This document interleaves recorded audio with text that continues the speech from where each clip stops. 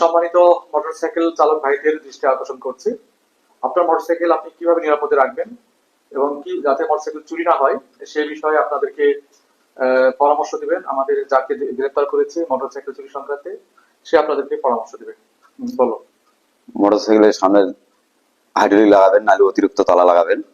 আর ফাঁকা জায়গায় মোটরসাইকেল রাখবেন না, সিসি ক্যামেরা মোটরসাইকেল রাখবেন। আচ্ছা, ধন্যবাদ। অর্থাৎ তার বক্তব্য হচ্ছে যে আপনি শুধুমাত্র যে লকটি আছে মোটরসাইকেলের সঙ্গে তা বাদে অতিরিক্ত অবশ্যই হাইড্রোলিক লক অথবা এক্সট্রা লক লাগাবেন মোটরসাইকেলের সঙ্গে। দ্বিতীয় হচ্ছে যে ফাঁকা জায়গায় বা নির্জন জায়গায় মোটরসাইকেল রাখবেন না। আর তৃতীয় হচ্ছে যেখানে সিসি ক্যামেরা আছে সেখানে রাখার চেষ্টা করতে হবে। আচ্ছা, তাহলে মোটরসাইকেল চুরির সম্ভাবনা নাই। সে বলছে নাই বা সম্ভাবনা একেবারে কম।